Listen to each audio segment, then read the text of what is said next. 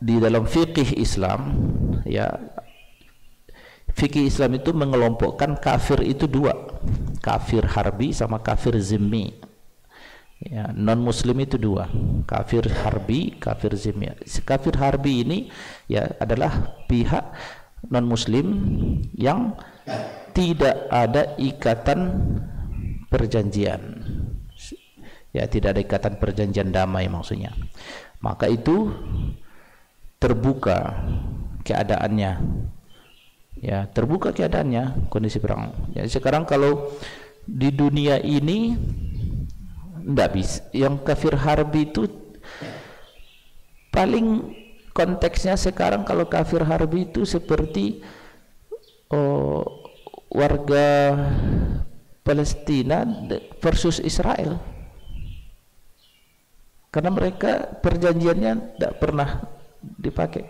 Tapi kalau kita dengan Australia, walaupun mayoritas warganya Kristen atau tidak beragama, kita dengan Jepang, kita dengan Korea, itu bukan kafir harbi, itu adalah ada ikatan perdamaiannya. Tidak boleh kita memperlakukan mereka sebagai kafir harbi. Itu ikatan apa? Perjanjian. Itu dudukannya ayat 90 An-Nisa itu, ya, tidak boleh ada diganggu, nggak boleh kita petantang-petenteng ke sana, karena ikatan itu.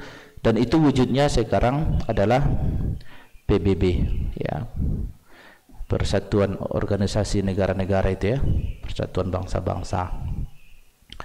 Itu landasan syariah kita. Ini diaturkan dalam Al-Quran, hubungan internasional. Kalau ditanya, ada nggak Al-Quran membahas tentang hubungan internasional? Ada. Nah, sampaikan ayat Nisa ayat 90 dan 91. Nah, setelah membahas tentang betapa pentingnya menjaga perjanjian, di ayat lain juga dikatakan kalau orang datang kepadamu minta damai, berdamailah. Kalau orang datang kepadamu minta damai, maka berdamailah. Nah, cuma di ayat itu juga di ayat lain juga dikatakan, di surat Muhammad dikatakan, kalau kalian dalam keadaan lemah, jangan minta damai duluan. Itu pula bedanya. Itu masalah izzah, masalah kehormatan, itu masalah izzah, tidak boleh. Jadi kalau kalian dalam keadaan lemah, jangan minta damai duluan. Tapi kalau datang orang minta damai kepada kalian, berdamailah. Itu syariah kita. Nah, setelah berpindah hubungan tadi antar kalau disebut negara-negara, kalau di zaman itu belum ada negara, ya. Di zaman Nabi Muhammad itu belum bisa disebut negara seperti sekarang. Apa alasannya? Karena Nabi Muhammad itu bukan raja. Nabi Muhammad juga nggak bisa disebut sebagai kepala negara masa itu, persis seperti kepala negara sekarang. Kenapa tidak? Nah, historinya beda. Awalnya masyarakat di Makkah dan Madinah itu memang tak ada negara. Tidak ada negara yang dalam definisi, kalau negara itu kan ada teritorialnya, ada kepala negaranya, ya kan? Ada konstitusinya. Baru kita bilang itu negara. Makkah, Madinah zaman itu nggak ada raja, nggak ada teritorial, ya kan? Jadi masyarakatnya yang masyarakat kabilah. Baru ada setelah Nabi hijrah, Nabi mengusulkan namanya perjanjian antar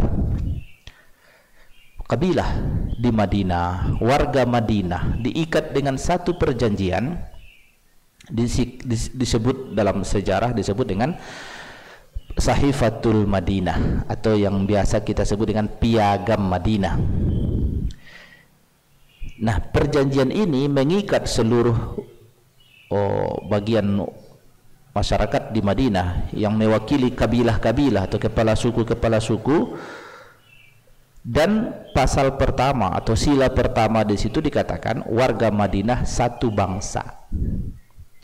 Jadi enggak membahas di situ siapa kepala negaranya, enggak.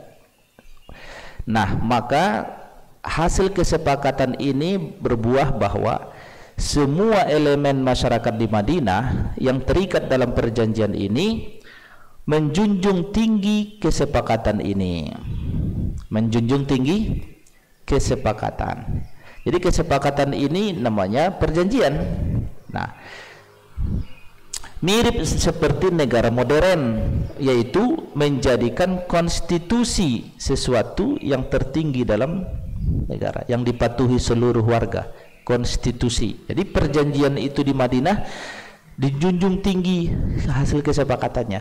Tidak ada kepala negara, tapi diaturkan di situ kalau terjadi pembunuhan antar kabilah maka disepakati dendanya, disepakati damnya, atau misalnya kisosnya disepakati gitu.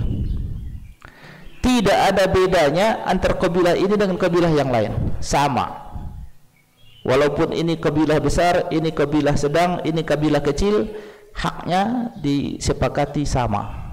Inilah yang disepakati dalam perjanjian Madinah itu.